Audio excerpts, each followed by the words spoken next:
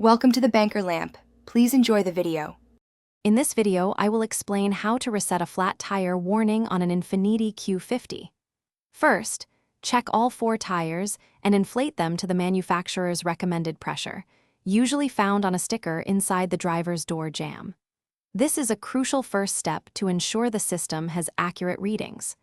Once the pressures are correct, you'll need to drive your Q50 for a short period.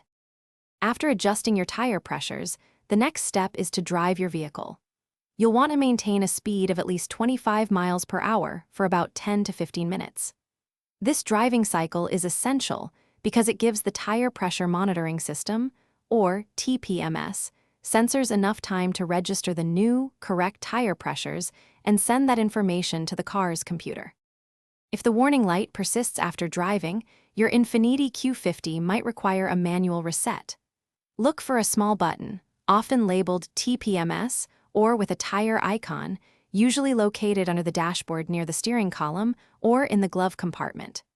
Press and hold this button until the tire pressure warning light blinks 3 times, then release it. This action tells the system to recalibrate. If the tire pressure warning light remains on even after these steps, it could signal a more significant issue.